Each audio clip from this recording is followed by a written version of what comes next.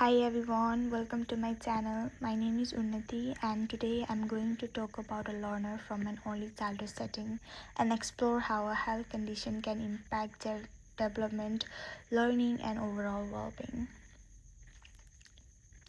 The learner I have chosen is Amina. She is a 4-year-old girl from a Lebanese background and she was born here in Australia. Amina lives in a low socioeconomic household with her mom, dad, and 8 siblings. So, as you can imagine, there isn't always a lot of one on one time available at home. Amina is also learning English as an additional language, and she has been diagnosed with autism spectrum disorder or autism. One of her strengths is that she has really strong memory recall, especially when it comes to routines and familiar activities. But at the same time, she finds communication, social interaction, and changes in routine quite challenging. These challenges have a big impact on both her learning and her well-being. So, what exactly is autism?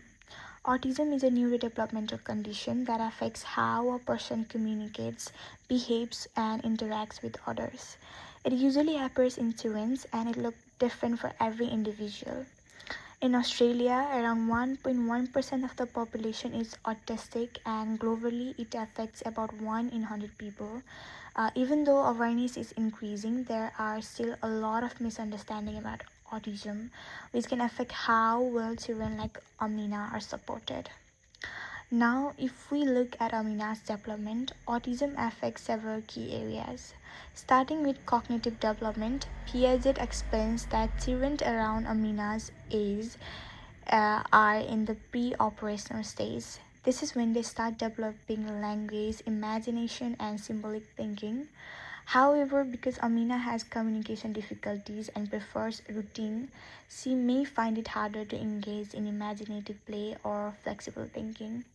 While her strong memory is definitely a strength, her difficulty shifting attention can make learning more challenging.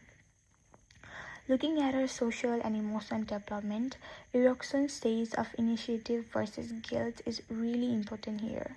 At this stage, children are starting to explore, interact with others, and build confidence. But because Amina finds social interaction difficult, she might not participate as much in social play.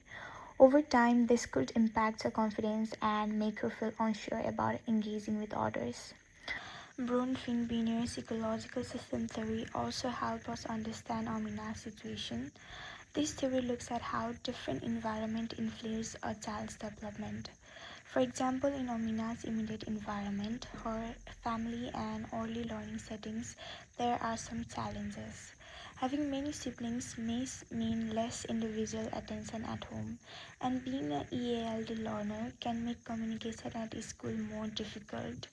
On a broader level, cultural attitudes and awareness of autism can also affect the kind of support she receives.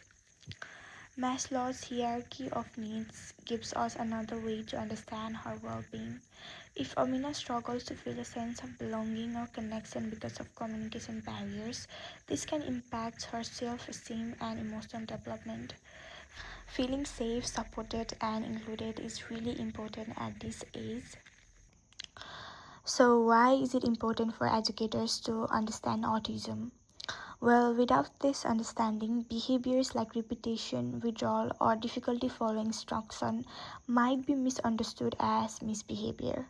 But in reality, these behaviors are part of how Amina experiences the world. When educators understand this, they can respond in a more informed and supportive way. Understanding autism also helps educators meet professional responsibilities, such as the AIDSL standards, by recognizing and supporting diverse learners. It allows them to create inclusive environments where all children feel valued and supported in their development and well-being. In conclusion, autism has a significant impact on Amina's cognitive, social, emotional, and behavior development. By using theories from Piaget, Erikson, Bronfenbrenner, and Maslow, we can better understand her experiences. As future educators, developing these understanding is essential to supporting all learners and creating inclusive early childhood environments. Yeah, thank you for listening.